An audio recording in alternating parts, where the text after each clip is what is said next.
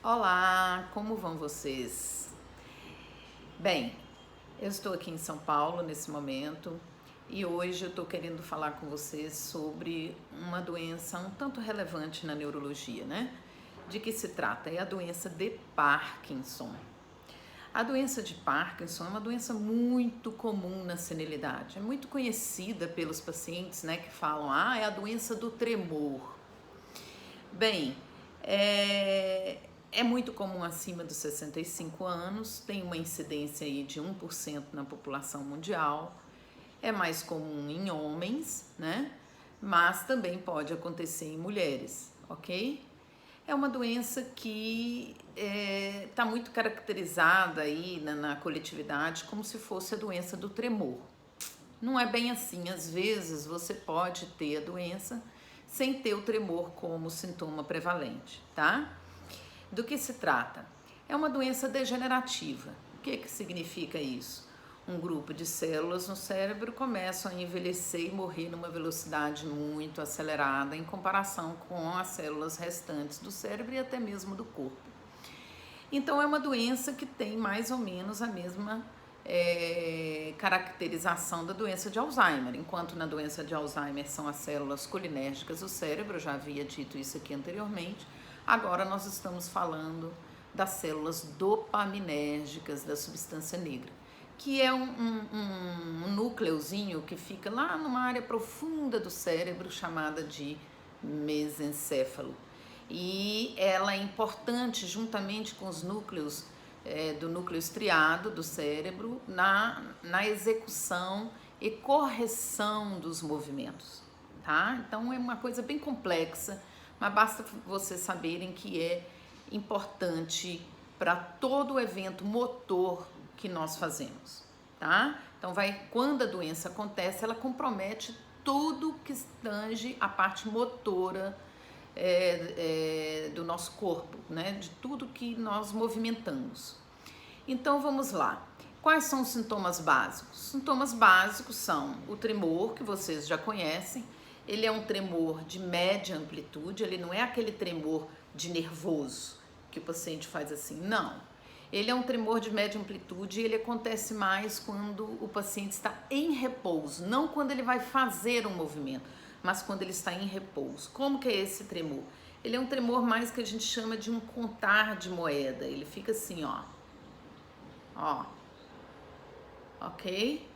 Às vezes começa num dedo e depois vai para a mão, né? Geralmente são sintomas que começam num lado do corpo, num dimídio, eles não começam dos dois. O Parkinson, originalmente, ele é caracterizado por uma lateralização da doença. Ele começa num lado, depois ele começa a cometer o outro lado também. É um contar de moedas, tá? Ok? E ele acontece muito também, além de quando você está em repouso, quando você anda, né? Eu peço muito paciente para andar no consultório e ele nem percebe porque a mão está em repouso e aí ele começa a ter o tremor. O tremor ele é um sintoma muito característico quando a doença começa no idoso, acima de 60 anos. É claro que, gente, toda regra tem sua exceção, mas normalmente, né, provavelmente começa mais nos pacientes mais idosos. Geralmente eles começam a doença com tremor. O outro sintoma é a rigidez. O que é a rigidez? É a chamada rigidez plástica. Os movimentos parecem que eles estão mais amarrados, sabe? O paciente relata às vezes, fraqueza, eu tô lento, mas não é. Parece que tem uma corda segurando o seu braço ou sua perna na hora de você se movimentar. Isso é rigidez. Essa rigidez, ela é um sintoma muito comum em Parkinson, mas ele é mais comum de ser visto nos pacientes mais jovens, quando começa o Parkinson antes dos 60 anos de idade, ou até antes dos 40, do 30, porque pode acontecer Parkinson em idades mais precoces, né? Aquele ator, eu não sei o nome dele, mas aquele que fez aquele filme De Volta para o Futuro, ele teve um diagnóstico de Parkinson antes dos 40 anos de idade. E aí a doença é bem mais agressiva e com uma evolução bem mais rápida. E geralmente começa com tremor. Esse é um sintoma que incomoda muito o paciente.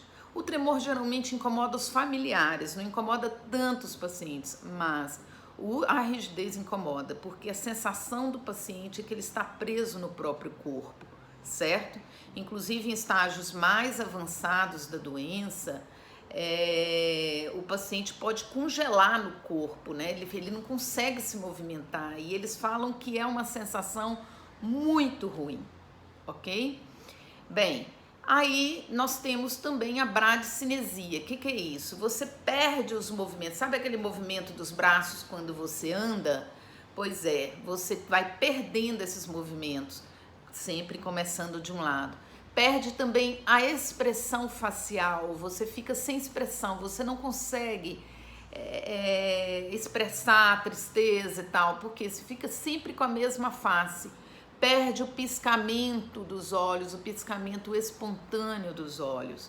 E isso pode fazer irritação do olho, tendo que muitas vezes aplicar colírio, porque não lubrifica o olho, tá? Temos outros sinais, que aí é mais para os médicos, né? Não compete aqui, eu estou falando para leigos. E nós temos também os sintomas psíquicos, que por exemplo, acompanha também a depressão, a perda do processo motivacional, acompanha também a perda de olfato, né? Muitas vezes pode também lesar o nervo vago e você perde o controle da postura, então você pode ter hipotensão postural, desequilíbrio, quedas frequentes quando tem lesão do vago, mas normalmente os sintomas principais são os motoros.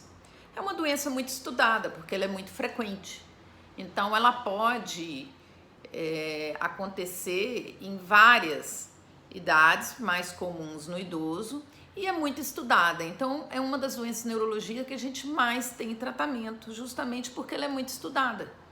Então o tratamento hoje do Parkinson é um tratamento sintomático, a gente trata para melhorar os sintomas da doença. Nós ainda não temos um tratamento com pesquisas fundamentadas que diga que protege os neurônios do cérebro. Não, hoje o tratamento é especificamente sintomático. Bem, no início a gente tem todo um manejo dessas medicações de forma a preservar os sintomas e preservar uma qualidade do paciente a curto, médio e longo prazo. Então a gente tem que ter muito cuidado. Um neurologista bom, ele sabe manipular de uma maneira que ele não vai comprometer o controle dos sintomas numa fase mais futura, né? Então, se começa mais cedo, se começa mais tarde, tem determinadas medicações que a gente pode ou não pode utilizar, isso aí compete a um neurologista bom para poder fazer o manejo adequado dessas medicações. Aí, se a doença foi evoluindo e chegar num quadro muito avançado em que você não tem um controle adequado dos sintomas, usando as medicações, o que você faz? Você tem os recursos cirúrgicos, né? Existem várias cirurgias mais antigas e tem uma agora que é a menina dos olhos dos neurocirurgiões, que é justamente você colocar tipo um marca-passo, coloca um marca-passo lá no cérebro, aliás, coloca um estimulador nos núcleos lá no dentro do cérebro, um marca-passo. Igual quando é coração. Estou falando marca-passo para vocês entenderem, mas o mecanismo é um pouco diferente. E essa estrutura, ele começa a estimular continuamente esses núcleos, o que também tira os sintomas completamente e o paciente tem uma qualidade de vida semelhante com o que ele tinha antes da doença. Então, temos muitos recursos. Por que não faz a cirurgia antes? Não faz porque a cirurgia não vai impedir que a doença continue evoluindo. Então, a cirurgia, como é um procedimento invasivo, ele é guardado para fases mais avançadas da doença, tá? Com o objetivo de controlar os sintomas da doença, ok? Porque ela continua progredindo. Mas o Parkinson, você tem uma vida de qualidade de vida, se você for bem conduzido, bem próxima do normal. Então não é para se ter medo do diagnóstico. Muitas vezes eu vejo pacientes demorando para vir ao consultório, com muito medo de fazer o diagnóstico, porque acabou minha vida, não vou trabalhar, eu não vou estudar, eu não vou ter uma vida. Não, não façam isso. Não fiquem tendo uma qualidade de vida ruim. Eu já peguei vários pacientes com medo de fazer o diagnóstico, demorando, tendo uma qualidade ruim por medo do que poderia ser, tá?